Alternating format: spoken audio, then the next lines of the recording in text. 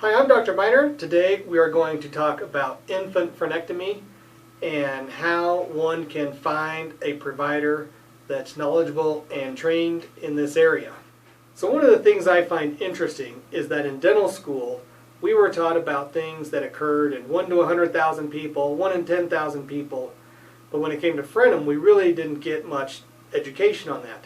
And the incidence is probably 1 in 10, maybe 1 in 20 people, which is fairly common. So the main providers for this service are dentists, pediatricians, and ENTs. And I would estimate probably only 10% of those providers have gone on to get further knowledge and training in addressing frenums. So as you watch this video, I hope you find this helpful and useful.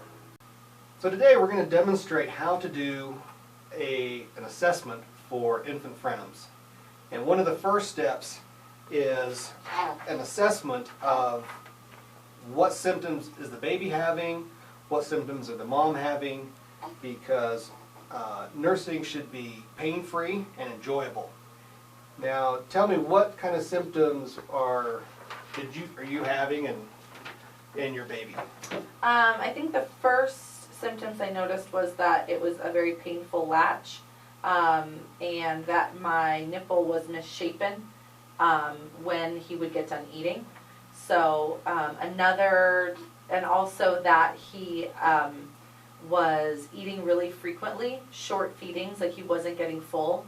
So he was very colicky, very unhappy.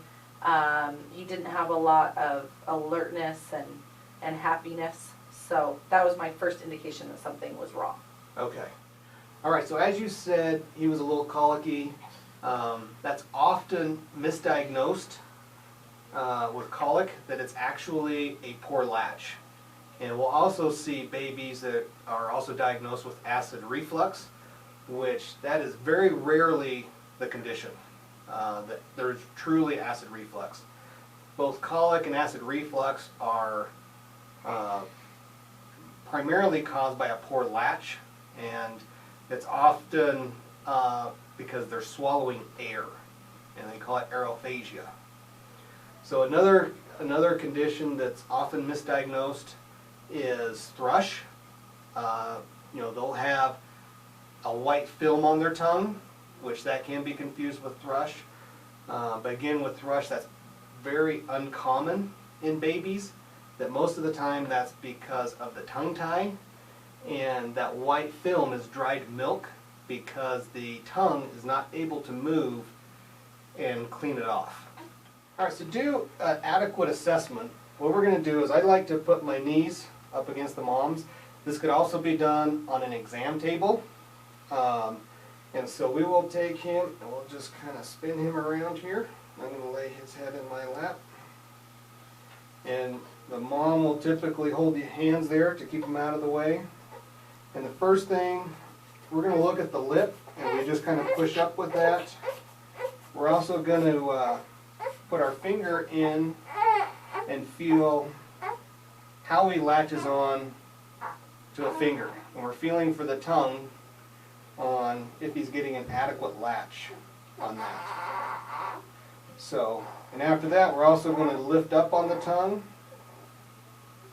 go under the tongue, and actually look in there and see what kind of tie there is.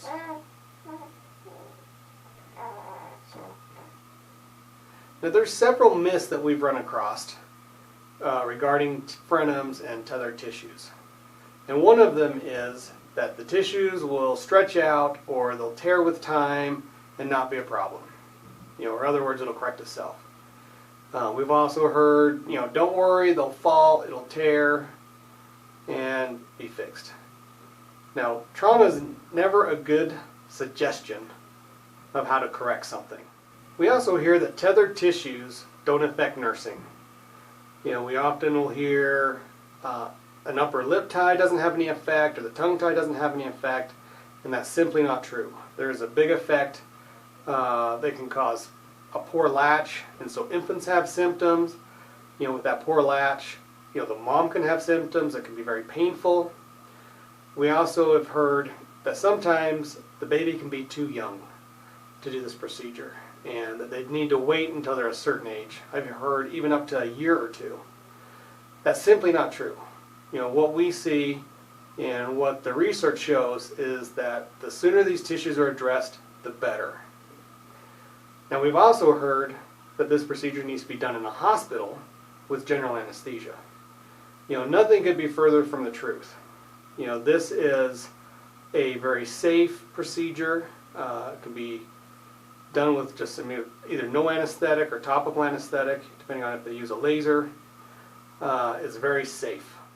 Now, another myth we hear is this just wait approach, where moms are told everything will be okay, you can bottle feed or do formula, but that's really not the best for the baby, because we know breast milk is the best for infants and babies.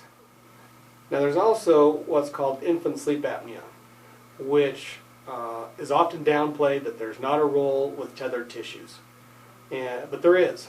And as babies develop, they need oxygen, and when there's a lack of oxygen, this plays into a higher risk of ADD or ADHD. And so this can be when the baby's on their back, the tongue falls onto the back of the throat, and it blocks the airway some, and so they're not getting the oxygen that they need.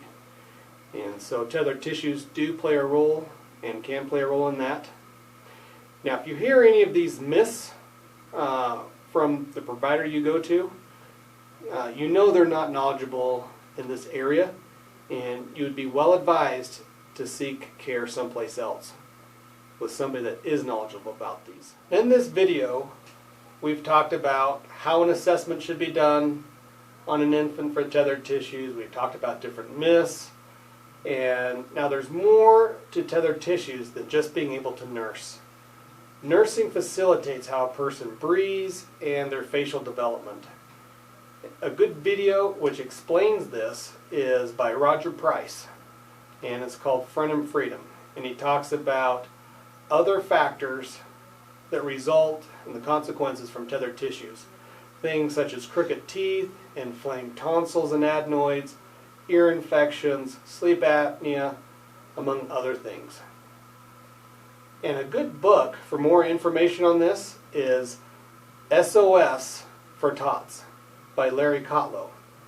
And this book goes into a lot of detail, has pictures, and talks very well about these tethered tissues. We also have moms tell us that their doctor is really only concerned about their baby as long as it's gaining weight, and that they shouldn't be concerned with the tethered tissues. Now, in discussing this, there's a lot more to tethered tissues than just if they're gaining weight, if they're able to nurse. These things, that being able to breathe right, swallow, sets the stage for how healthy they're going to be in life. And it's very important to have these addressed and have them released if needed, and set the stage for success for them.